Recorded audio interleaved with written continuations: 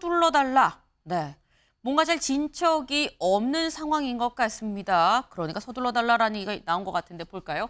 이재명 위중교사 증인 두려움에 떨어 재판 서둘러 달라. 재판을 서둘러 달라라고 얘기를 했다라는 겁니다. 누가 얘기했느냐? 이재명 대표가 지금 현재 재판을 받고 있는 재판이 곧 첫 재판이 예정이 돼 있죠. 이 1월 8일로 예정이 되니 첫 재판이 예정돼 있는 위중교사 사건 관련한 증인이 두려움에 떨고 있습니다라고 얘기를 했던 요걸 좀 같이 볼까요? 김 씨는 이 대표와 관련한 일련의 사건들에서 일부가 극단적 선택을 하거나 아니면 유동규 전 이 본부장처럼 교통사고가 나는 등 불미한 일이 계속 생기고 있어서 제 가족들마저 두려움에 떨고 있다고 했다. 그러면서 재판부에 조속히 재판 절차가 진행되어 가족 모두가 일상으로 돌아가고 싶은 마음뿐이라고 했다라는 겁니다. 얘기에 나왔죠. 교통사고, 유동규 전 본부장 사례를 얘기를 또 하면서 무슨 일이 있을까 걱정스럽습니다라고 얘기했습니다. 얼마 전 유동규 전 본부장 교통사고가 났다는 소식 저희도 전해드렸었죠. 그때 유튜브에 글을 하나 올려서 자기 사진이랑 같이, 네, 그걸 좀 같이 보겠습니다. 병실에 본인이 이렇게 누워있는 사진이랑 같이 뭐라고 이제 글을 같이 해서 이 본인의 어떤 지인의 유튜브에 올렸냐면 사고를 계기로 단단해져서 올 겁니다. 절대 극단적 선택 안 합니다. 사실을 사실로 말하는 제 의무를 다하겠습니다라고 얘기를 했습니다. 사실 요때는 근데 경찰이 조사해본 결과 이 CCTV 그 블랙박스를 쭉 다 보니까 이거는 유동규 전 본부장의 차의 과실이 더 커 보인다. 그러니까 뭔가 이 부딪힌 트럭의 고의성은 별로 없는 것 같다라는 취지의 중간 조사 결과를 발표를 했었어요. 하지만 그럼에도 불구하고 위중교사 사건에서 지금 증인으로 나온 분은 두려움에 떱니다라고 지금 얘기를 하고 있습니다. 왜냐하면 자꾸 뭔가 이 재판 관련한 사람들이 뭔가 다치거나 뭐 이런 부분이 있으니까 걱정이 된다. 가족들도 걱정하고 있다라고 지금 얘기를 하고 있습니다. 네. 여기에 대해서 사실 나는 혐의를 다 인정해요라고 또 얘기를 했어요. 나 혐의 다 인정하니까 그냥 재판만 빨리 끝내주세요라고 얘기를 했는데 이 혐의에 대해서 이재명 대표는 어떤 입장이냐? 그것도 좀 같이 보고 얘기를 아예 이어가 보죠. 이재명 대표 쪽에서는 이 위증교사 혐의에 대해서 이렇게 얘기를 하고 있습니다. 어떻게 보면 좀 당연한 얘기일 수도 있겠습니다만 부인을 하고 있습니다. 허위 증언 요구한 적 없어. 고의 없었다.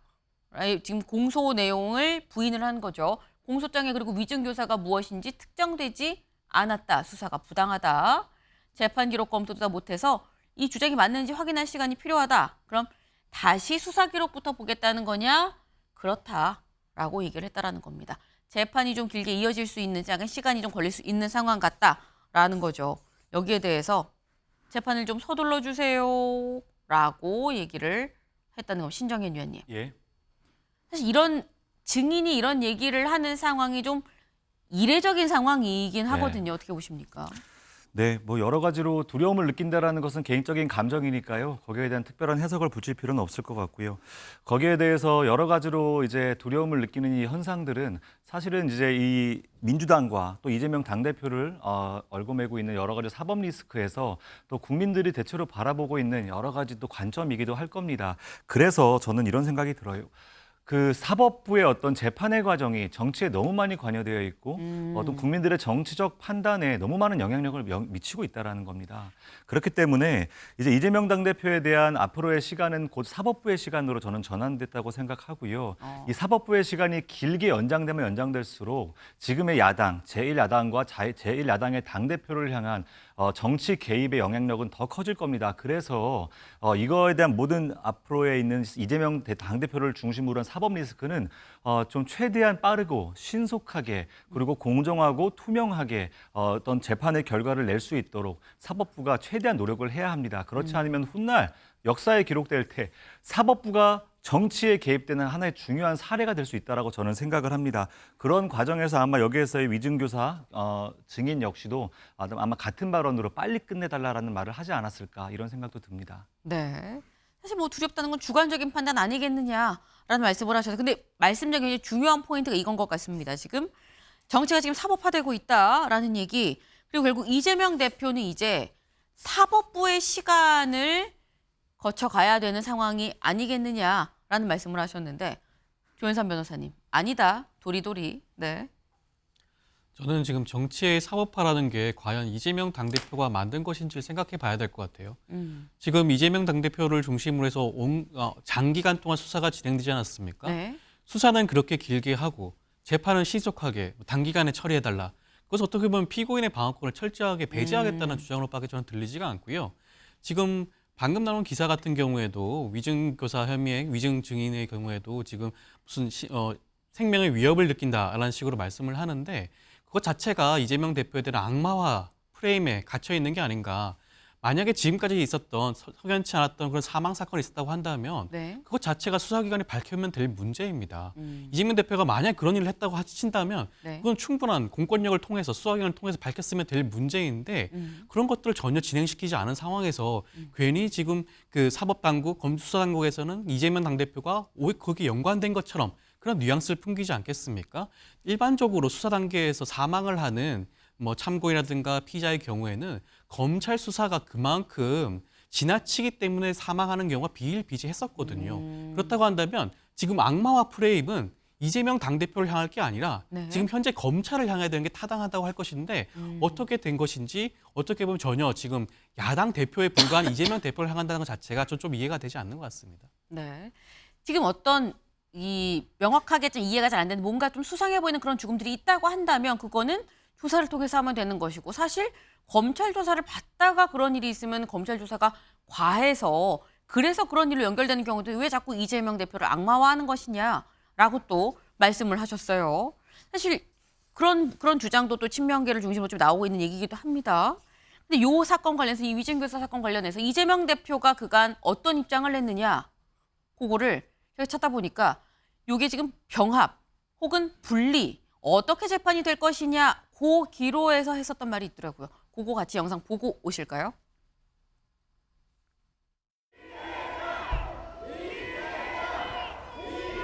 민주당 검사 탄핵안 발의 관련 검찰에서는 대표님 수사 방탄 탄핵이다 이렇게 비판하는데 어떤 입장이신가요?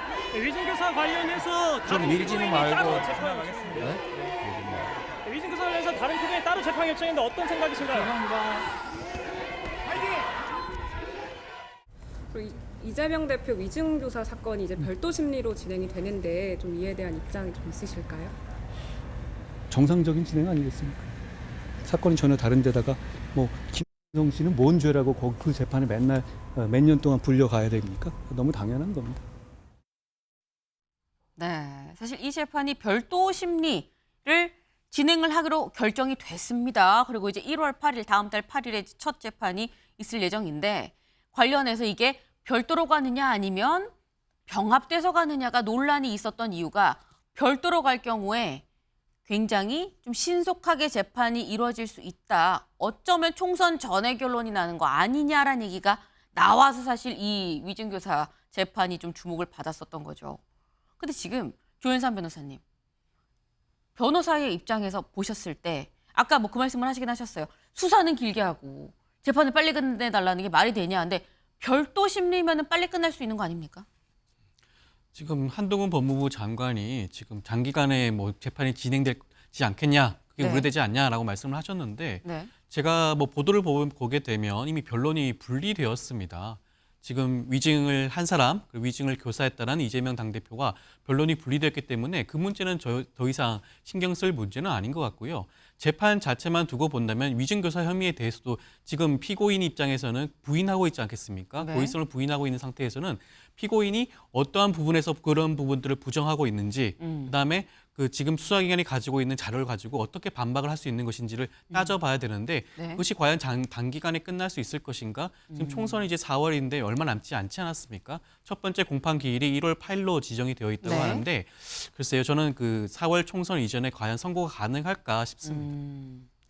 지금 남아있는 시간이 썩 많지가 않다. 1월 8일 첫 재판인데 4월 10일 총선 전에 이게 나오기는 쉽지 않을 거라고 생각을 한다라는 말씀을 같이 하셨네요. 네, 오늘 저희가 준비한 소식 여기까지입니다. 오늘도 좋은 하루 보내세요.